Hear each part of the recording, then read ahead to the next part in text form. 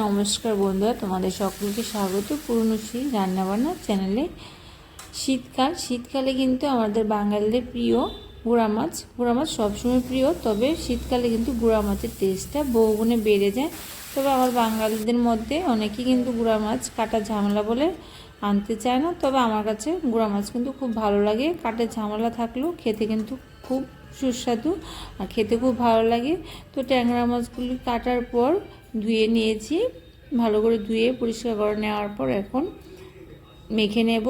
দিয়ে দিচ্ছি লঙ্কা বাটা, দিয়ে দিচ্ছি স্বাদ অনুসারে নুন, পরিমাণ মতো হলুদ গুঁড়ো, দিয়ে দেব কেটে রাখা বেগুন আলু ছোটো ছোটো টুমটুম করে কেটে রেখেছি।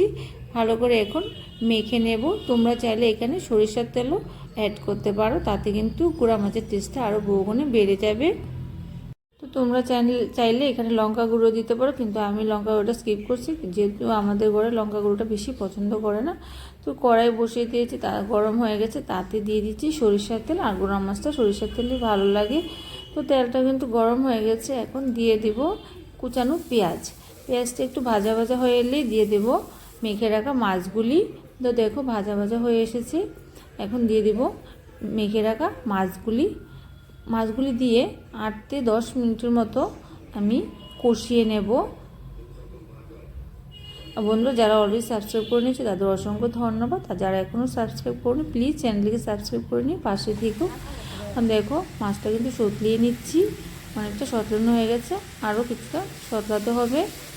তো এইভাবে প্রতিবারই কড়াই 2 সাইড ধরে এভাবে নাড়াচাড়া করতে হবে, নাহলে কিন্তু গুঁড়া মাছ ভেঙে যায়।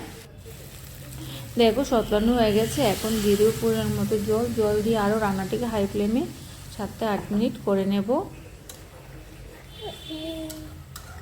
আস্তে আস্তে নাড়াচাড়া করতে হবে, না হলে কিন্তু ট্যাংরা মাছগুলি ভেঙে যাবে। দেখো অনেকটা জল শুকিয়ে এসেছে, এখন কুচানো ধনিয়া পাতা দিয়ে নামিয়ে নেব। যেহেতু শীতকাল, ধনিয়া পাতা তো দিতেই হবে।